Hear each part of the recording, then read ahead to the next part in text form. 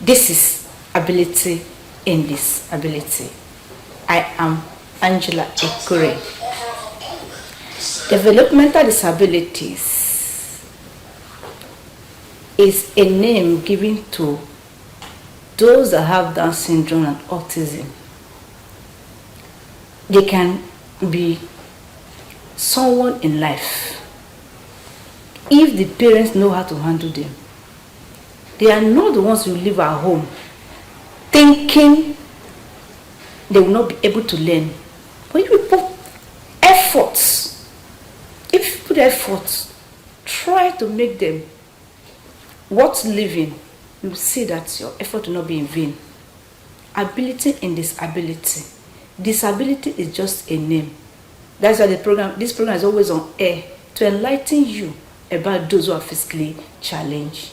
Today, I have Mr. Duke Titus here with me. Welcome, Mr. Duke Titus. Thank you very much. Thank you very much. Mr. Duke Titus is a special teacher from Madonna Special School at Okmanan. So I welcome once again. Thank you very much. Yeah. Today we're going to discuss about Down syndrome and autism, which is under developmental disability. What is developmental disability? Developmental disabilities are conditions, I call them conditions, but they are not diseases, that somebody has that has to do with decreased independence, social barriers, communication difficulties, sexual issues, limited vocational opportunities. When somebody has these issues, the person has developmental disability, and usually it comes from childhood. As the child is growing, you begin to notice these disabilities with time. Okay. Yeah. All right. Okay. Can you tell us the group that are under developmental disability? Under developmental disability, we have two conditions we're going to highlight today. We have the mental retardation and then the pervasive developmental disorder. You are using the... No, let me just break it down. Mental retardation is that the person's IQ is not really operating. Okay, developmental under Down syndrome. Yes, mental retardation is under... Down syndrome is under mental retardation. Yes, you use the word that our viewer will be able to understand. Okay. You are using your terminologies and all that. That's why we read Down syndrome and autism. If you are using mental development disability, it's under Down syndrome, so that they will be able to grasp what we are saying today. Okay. So we talk about Down syndrome, and Down syndrome is a mental retardation issue. We usually call it in the MR. It's under mental retardation issues. And then, if you want me to talk more about Down syndrome, Down syndrome usually anybody with Down syndrome has some certain features that you used to know. The features are, for example, the person will have low muscle tone. The muscles will be so low. Their muscles are not very, very strong. And then also they have a small stature. You hardly see them tall. And then their eyes are always wide, sideways. That's what we call them. Generally, they call them is mongoloid. Like Chinese eye, something like that. And then also they have short toes and short fingers. They are very, very short. And then they are very friendly. That's another feature that we understand with. They're very friendly and pleasant to be with. They are always happy. Always happy. That's what I would use. Those with Down syndrome. Yes, always happy. They're always friendly anytime you see them.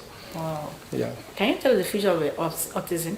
Autism has three distinctive features. Usually the general name is ASD, Autism Spectrum Disorder, because it's a spectrum. There are a lot of conditions that are in one.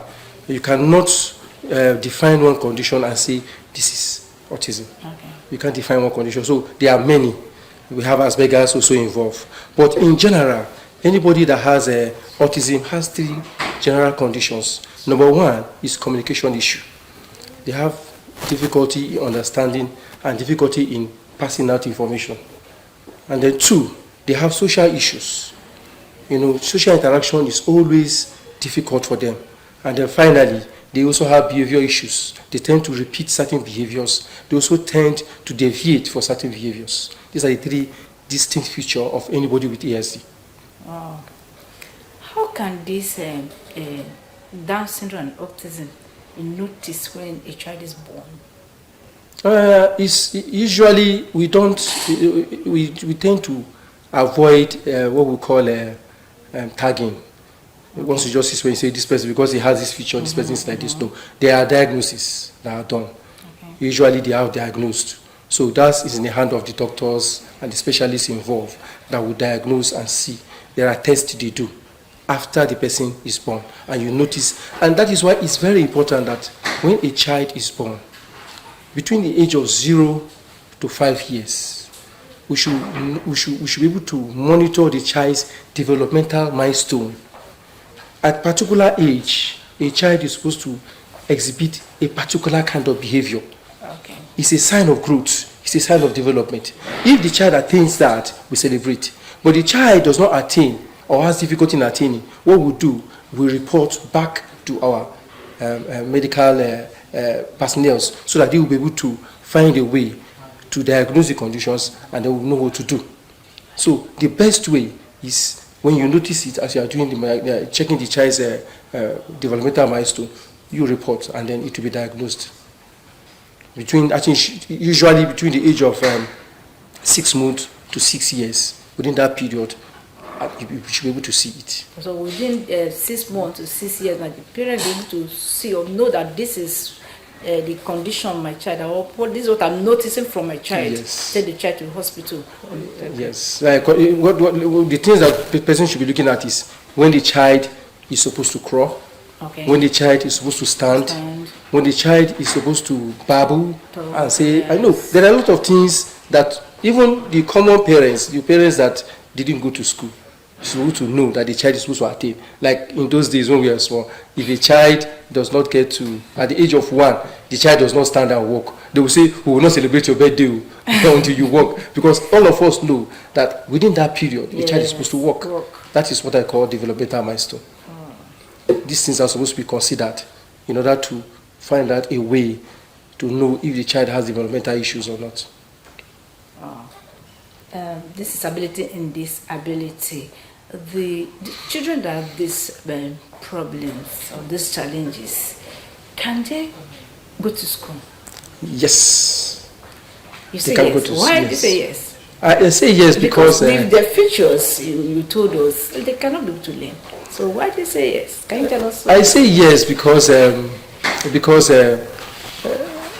during diagnosis there are levels of disabilities. Okay, there are levels of disability. Yes. Even in my own concept, I do assessment in the educational sector because I work in the educational sector. I don't do the medical work, I do the educational work. Okay. But we have tools for assessment.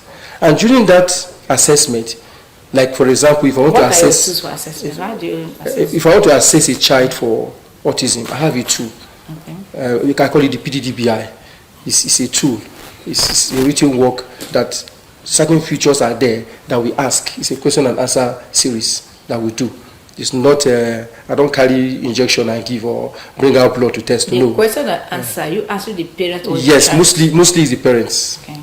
Mostly is the parents that will do the answering. That's why I say parents are very important in helping to diagnose a child with either autism or Down syndrome. When they notice these things, they report. So what they usually do is when you notice any condition like that, we check the level of diagnosis. The level of disability. You are saying if they can go to school. So I say it depends on their level of disability. If they are mild, it's not too bad. If it is moderate, it's still not too bad. If it is severe, then we begin to say that it's a bit difficult. And then we also have the profound issues. So these are the 4 levels of both sides, both the Down syndrome and autism. They have the mild level, the moderate level, the severe, and then the profound level. Usually, those at the mild and moderate level can go to school. I'm not saying that others cannot still achieve certain amount of independence. What I'm saying there is that in a classroom setting, in a setting where you can teach them other things that have to do with academic work, these two can really go to school can go very far. Mr. Duke, you've mentioned there are different levels of disability, Down syndrome and autism. Can you you've told us that I have mild and moderate and severe. Can you discuss the mild and the moderate and severe for us? Okay. For those with mental retardation, here we are talking about, in that mental retardation, we are talking about Down syndrome now, particularly. There are other mental retardation issues, but this particular one, we are talking about Down syndrome. For those with Down syndrome, at the mild level, their IQ level is between 55 to 70. Okay. You know, the normal IQ is 100%, is 100. But here they are talking about 55, 50 to 70. And then the one we call the educable, they can go to school. Okay. At least I'm sure they can get up to grade 6 in school. That's good. Successfully. Okay. They can get up to grade 6 in school. They can solve themselves minimally. They can attain with minimal support. They can attain social and communication skills and still be a bit independent. And then at the moderate level, their IQ is between 35, 40 to 50, 55. They are trainable. I won't say educable, they are trainable because they can get up to grade level 2. And they can also attain social and communication skills.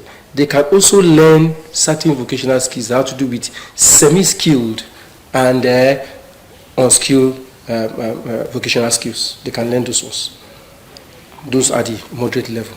And then, of course, we have the severe and the profound level. Let's leave that for now. Okay. And then for those with autism, yes, they also have the same level. The same level. But for autism, you don't look at autism in the area of IQ, because there are people that are having autism that have high functioning IQ.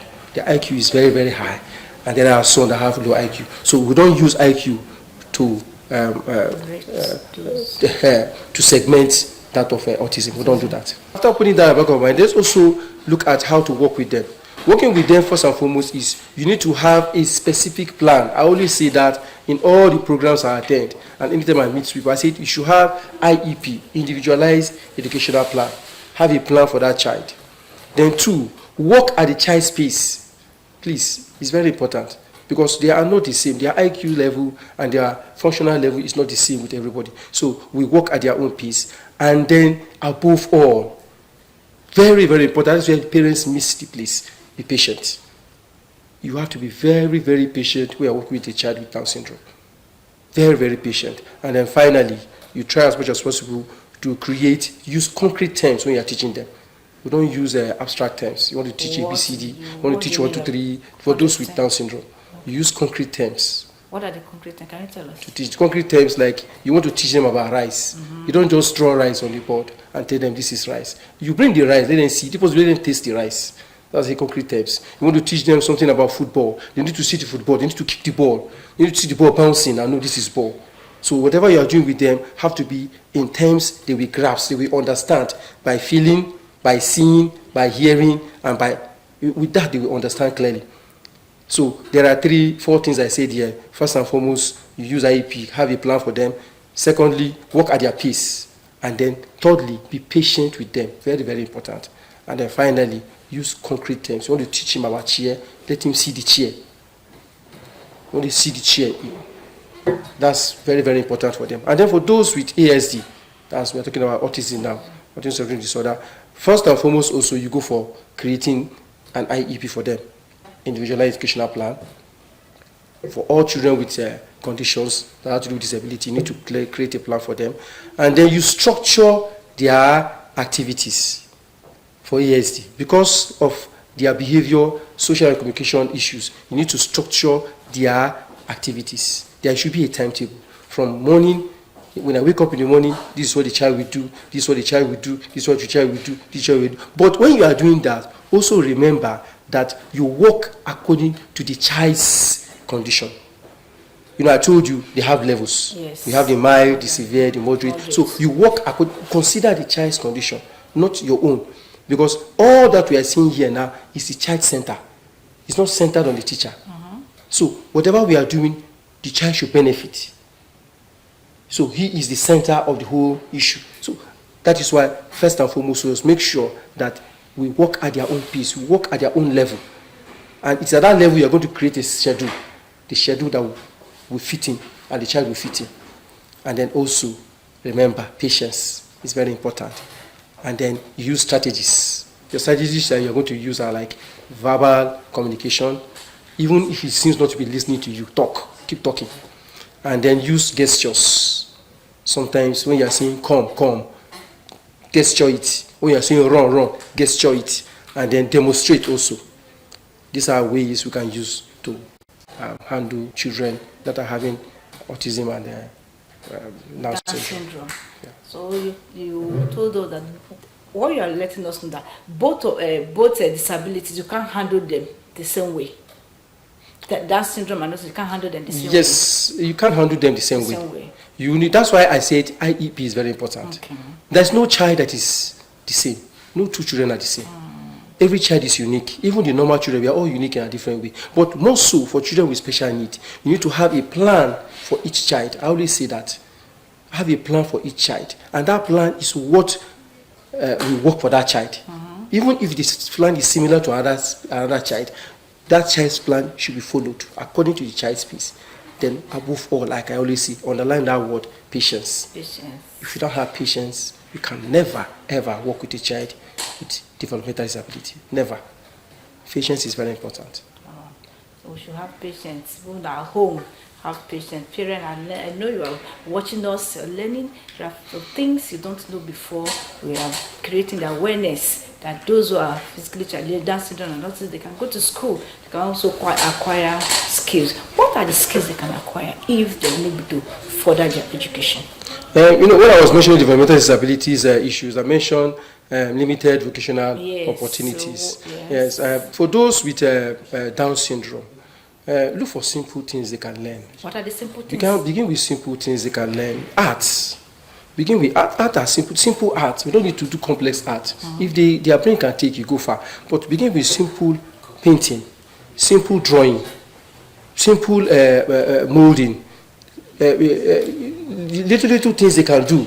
You begin with that. Then when you go to sewing, little things they can do. When you see them doing it. Yes. Okay. And you make sure they are doing it.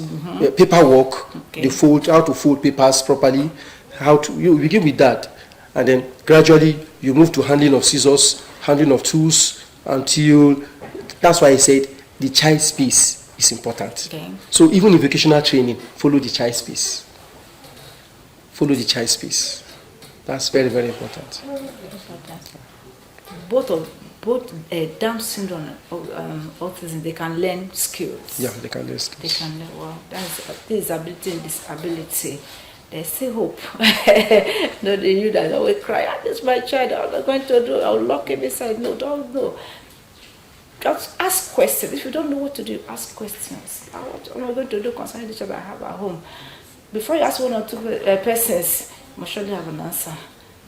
This is ability and disability. Mr. Duke, these children with disabilities, Down syndrome, autism, you told us about those that have the major cases, what do they do?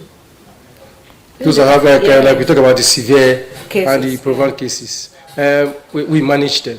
How do you manage them? You manage them? The problems are severe. How you manage them is you give them caregivers. Caregivers, yes. In school? Then in school, at home, depending on how it's arranged. But putting them in school is not too bad. I would rather prefer, if you ask me, you arrange their activities not to be just one-sided. You understand? This way. To handle a child with autism, you need a range of people. You need a psychologist, you need a medical doctor, you need a teacher, you need a therapist, maybe a speech therapist, and you need a music teacher if he's good in music. You need a home too, because you need to stay at home and learn certain things. So you can see that when you schedule his activities from morning, when he wakes up, he will say, okay, the first thing he does, he will go to school for just 2 hours. When he comes back from school, he will go to see the doctor. When he comes back from the doctor, that is how we arrange the activities. From there, we'll be able to see that the child will pick. Wow, this is ability and disability. Do not leave your child at home because of disability. Take the child to school. Cannot go to school, can acquire a skill. There is ability and disability. The school and skill will bring out the ability in that child.